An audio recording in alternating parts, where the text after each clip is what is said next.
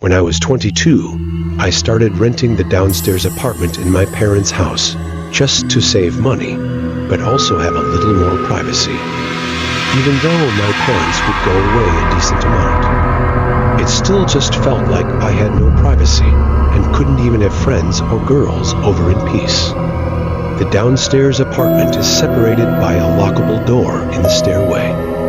It was an open layout down there, with the mini kitchen being a part of the living room area.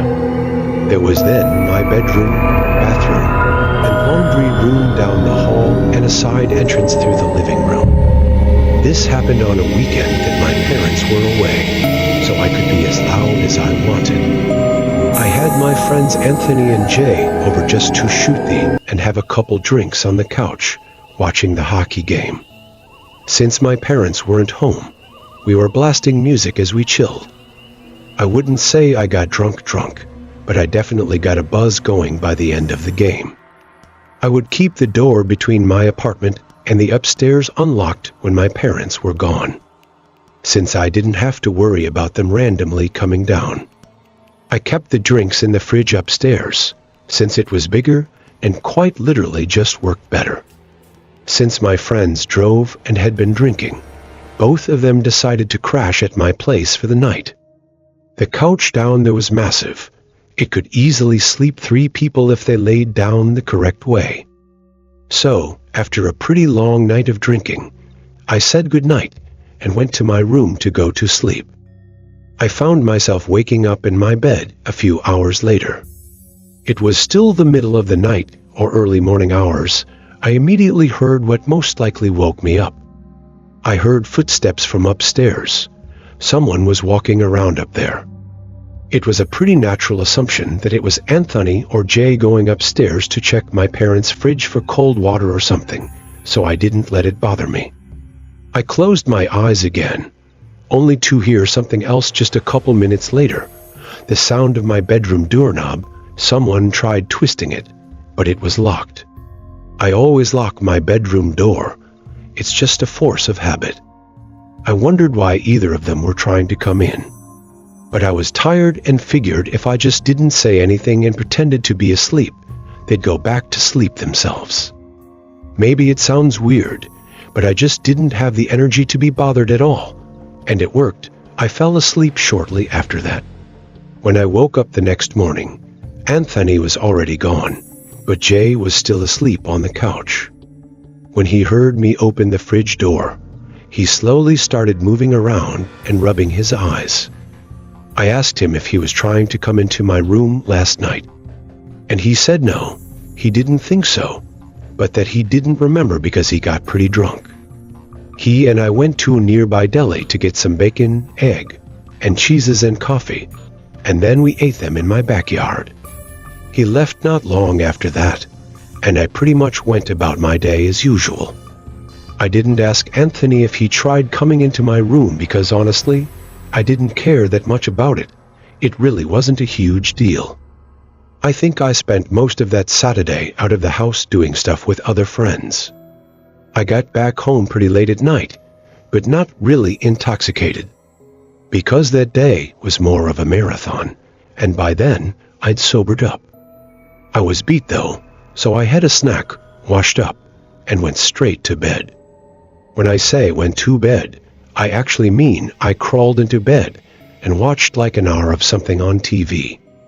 After I turned off the TV, right away, I heard it, creaks and thumps from above, almost sounding like footsteps, similar to the night before, directly overhead in the kitchen upstairs. I had to really focus and listen, but the sound stopped. I felt my heart start beating a bit faster. I felt a slight nervous feeling in my gut for a few minutes as I was sitting up and waiting to hear something else. Eventually, I laid back down and relaxed, realizing it was most likely just some normal house settling noises. And my paranoid thoughts were making them out to be louder than they were. I couldn't have been more wrong. I should have trusted my initial feeling. When I heard the doorknob to my bedroom door move again, I sprang up so quickly that you'd think I was about to get hit by a bus. The doorknob only moved for a couple seconds, like it did the night before. But tonight, there was a light knock at the door, followed by the doorknob. I didn't say a word.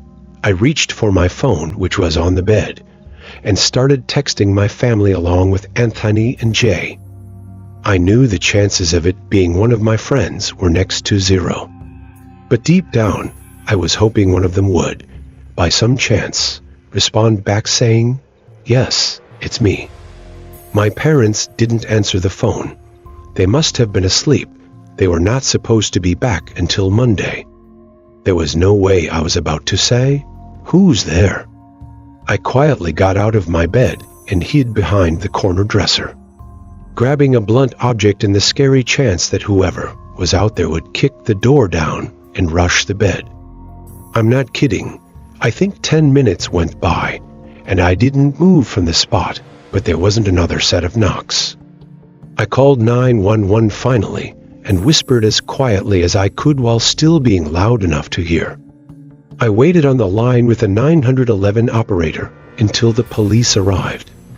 Since I didn't feel safe exiting the room, I asked the operator if she could tell the police to meet me at my bedroom window. Once an officer was outside my window, they gave it a tap, and I went to open it. Thank God I was on the first floor. I handed him the key to the side door, and moments later, I heard the entrance to my apartment open. It was only then that I left my bedroom and was greeted by 2 officers. I turned on all the lights. My apartment was small, with not many places to hide, so the search down there was quick. Then we went up to the main floor of the house and searched it. Nothing. Then we got upstairs. I told the officers what each room was before they'd enter. It was when they entered my parents' room that I heard a commotion. About 30 seconds later, I was outside in the hallway when I heard it. I took one peek into the room and saw 2 officers yelling at someone under my parents' bed. I felt a knot in my stomach. I was told to wait downstairs.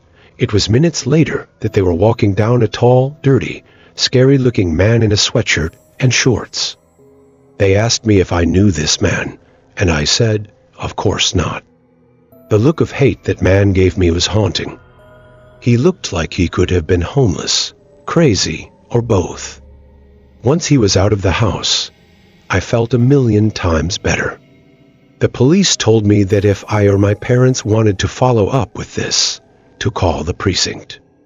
After they left, the first thing I did was text every family and friends group thread I had. Being that it was so late, only a few people responded. I called my parents first thing in the morning to explain what happened. They were, of course, in awe, as anyone would be. But because the man was homeless and nothing was apparently stolen, my parents didn't pursue any legal action. I feel like it's possible I left the front door unlocked that night Jay and Anthony came over, and he simply walked right in when we were blasting music. Or a scarier thought, he could have been in the house for much longer than that, and we just never knew. I've always loved the quiet. I moved up to this little cabin in rural upstate New York about 5 years ago, away from the chaos of the city. The place is big, secluded, and the woods stretch out far beyond my property. The nearest neighbor is miles away, and the only sounds you can hear are the wind in the trees and the occasional bird chirping in the distance. It's peaceful, and that's how I like it. Fishing is my thing. I spend most of my time on the lake that sits just behind my house. It's the perfect place to escape everything. I don't mind being alone. Hell, I enjoy it. The cabin has a huge deck that looks out over the woods. I often sit out there with a cold beer in my hand, watching the sun dip behind the trees and listening to the nighttime sounds of the woods. It's always been peaceful, until recently. It started about 2 weeks ago. I was on the deck like usual, just staring into the dark, when I heard something, a snap of a twig in the distance. I didn't think much of it. Deer, maybe, or a raccoon. The woods are full of life, and I've gotten used to the noises over the years. But as the days went by, the sounds became more frequent. At first, it was just that twigs snapping or leaves rustling, things I thought were just animals. But then, one night, I heard something different, a scratching sound. It came from the side of the house, somewhere near the window of the spare bedroom. It was quiet, almost like it was trying to be sneaky. I stood up, my chair heart pounding a little faster than usual. I waited, but nothing came after that. Probably just a squirrel, I told myself, but I didn't feel right. I decided to go inside and lock up for the night. The next evening, I heard it again, the scratching. It wasn't just at the side of the house anymore. Now it was closer. It sounded like it was coming from right outside the spare bedroom window. I froze, listening carefully, my nerves starting to fray. I couldn't explain it, but something felt off. I went to the window, pulling the curtains back slightly to see what was outside. The moonlight illuminated the trees, casting long shadows across the yard. The wind was still, and everything seemed normal. No animal, no person. I shook my head, telling myself that I was just letting my imagination run wild. It was probably a branch brushing up against the window, or maybe the wind. I convinced myself there wasn't anything to worry about and went to bed. The next night, the scratching returned. It wasn't just scratching anymore, though. It sounded like light tapping, as if someone were tapping on the window, trying to get my attention. My heart skipped a beat, and I jumped out of bed. I grabbed a flashlight and crept through the dark hallway toward the spare bedroom. When I reached the window, I shone the flashlight outside. There was nothing there, no person, no animal, just the same empty woods. But I couldn't shake the feeling that I wasn't alone. I couldn't explain it, but something was wrong. The air around me felt thick, heavy. I went back to bed, but I couldn't sleep. Every little noise seemed louder, and every creak of the floorboard sounded like someone was moving around in the house. I stayed awake, listening, but eventually I fell asleep out of sheer exhaustion. The nights went on, and the sounds didn't stop. I'd hear them every night, always the same. A tap, a scratch, sometimes even a faint whisper that seemed to come from within the walls. I tried to ignore it, but it was getting harder. One night, I decided to confront whatever was causing it. Maybe it was just an animal, I thought. Maybe a raccoon or some other critter had found its way inside. I grabbed a crowbar from the shed out back, figuring it might be a good idea to have something in case things got weird. I went to the spare bedroom and carefully opened the door. The air inside felt stale, like it hadn't been touched in ages. I hadn't used the room in months. I shone the flashlight around the room, moving slowly, checking every corner, under the bed, behind the dresser, nothing. I stood there for a minute, feeling like an idiot. There was nothing. It was just the same old room, empty. But as I turned to leave, I noticed something. The closet door was slightly ajar. I don't remember leaving it that way. My stomach dropped. I slowly walked over and pulled open the door. Nothing was inside, but as I shone the flashlight into the back corner of the closet, I saw something strange, a small piece of cloth caught on the edge of the wall. It was dark, torn, almost like a piece of clothing. My breath caught in my throat. I couldn't think straight. My mind raced. Was someone here? Had someone been inside my room? I backed out of the room, my heart thumping in my chest. I slammed the door shut and bolted it. I couldn't stay in that house another second. I went outside, hoping the fresh air would clear my mind. The darkness of the woods felt like it was closing in on me, but I tried to shake it off. Maybe it was just my nerves. Maybe the isolation was getting to me. I slept on the couch that night, a baseball bat within reach, but I didn't hear anything. No scratching, no tapping. It was quiet, almost too quiet. The next night, I decided to be brave. I was going to stay in my bed, and I wasn't going to let whatever this was drive me out of my own house. But just as I was about to drift off to sleep, I heard it again. The tap, tap, tap against the window. I jumped up, heart racing, and grabbed the flashlight. I ran to the spare bedroom, not caring how loud my footsteps were this time. When I pulled back the curtain, I didn't just see the woods. I saw a shadow, someone standing just outside the window, barely visible in the dim light. I froze, my blood running cold. I turned around, my mind spinning. Who was that? What were they doing here? I didn't want to believe it, but there was no denying it now. Someone had been outside my house, and they had been watching me. I ran to the phone and called 911, my hand shaking so much that I could barely dial. The operator answered, and I could barely speak through the panic in my voice. "Someone's been outside my house," I said, "and I think they're still here." I gave them my address, and they said they'd send someone out right away. I hung up and looked around the room. I needed to leave. I couldn't stay here anymore. But as I turned to grab my jacket, I heard something from the hallway, a slow creak. Someone was moving through the house. I didn't hesitate. I ran for the back door, flinging it open and tearing through the woods. I ran as fast as I could, not stopping to look back, my lungs burning with every step. By the time I made it to the edge of the property, I could see the flashing lights of the police cars in the distance. I slowed down, my body trembling, and I hid behind a tree, watching the officers arrive at the house, guns drawn, searching the place. But I didn't stick around to find out what happened. I couldn't. I knew that whatever or whoever had been in that house, it wasn't done. I wasn't safe there anymore. I haven't gone back since. I followed up with the police to let them know I was all right, so there wouldn't be a search out for me.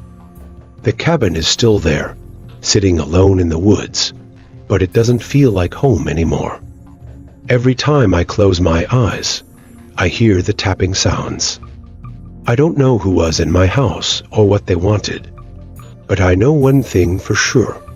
They were waiting for me, and they're still out there.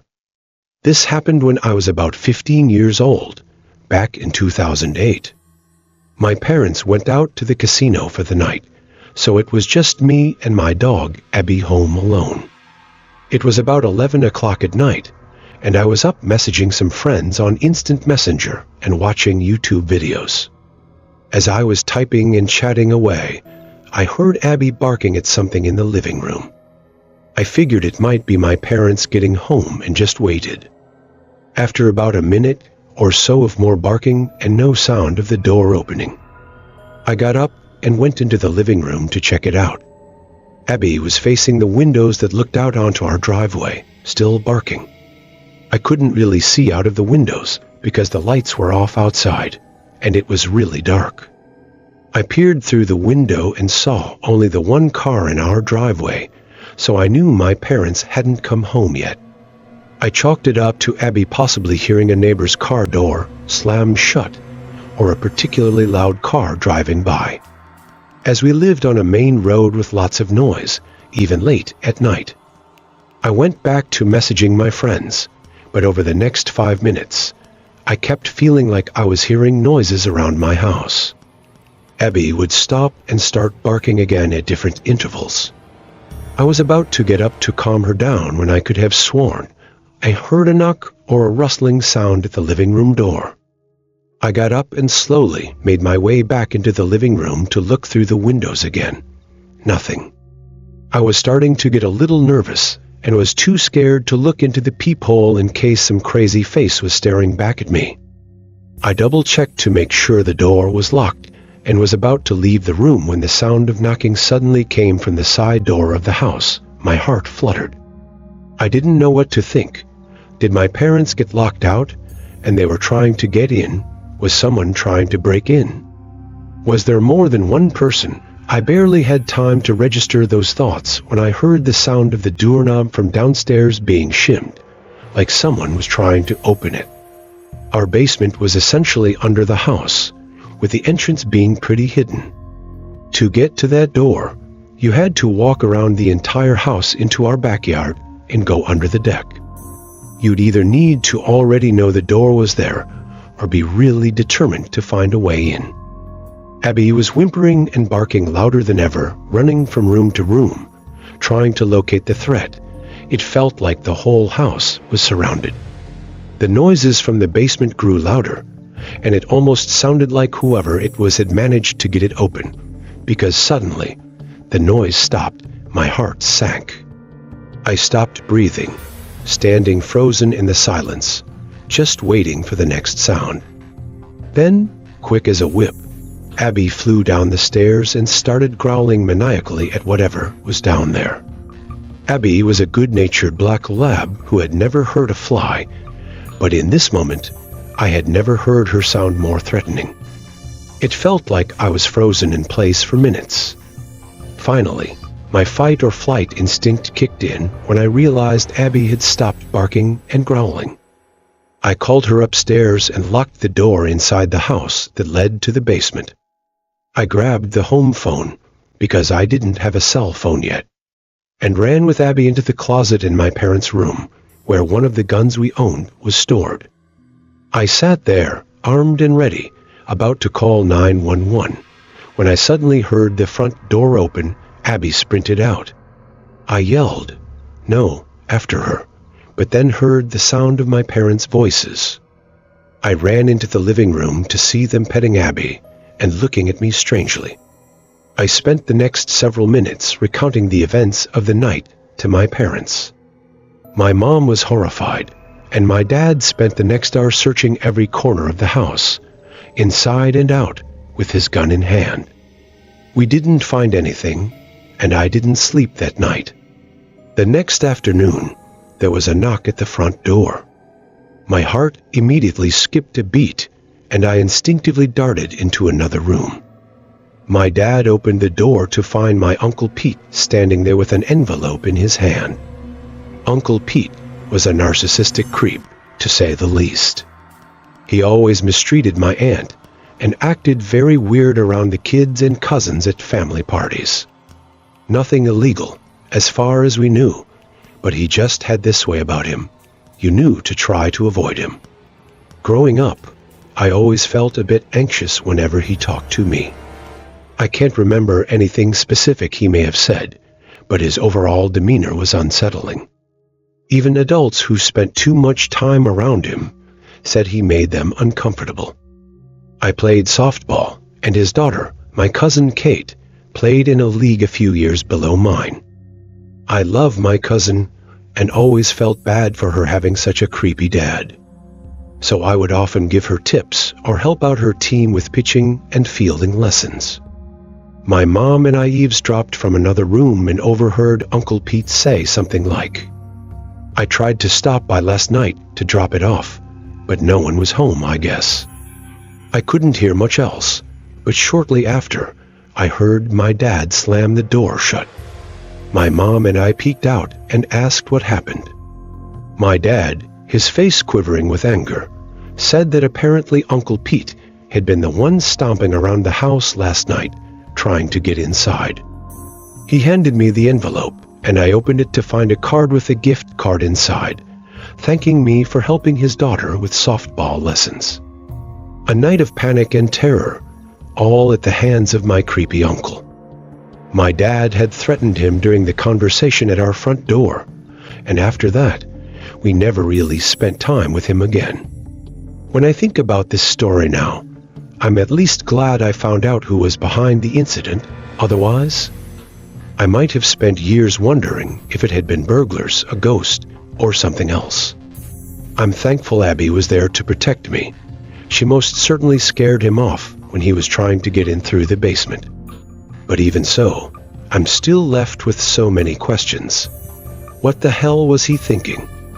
Why did he need to drop that card off so late at night?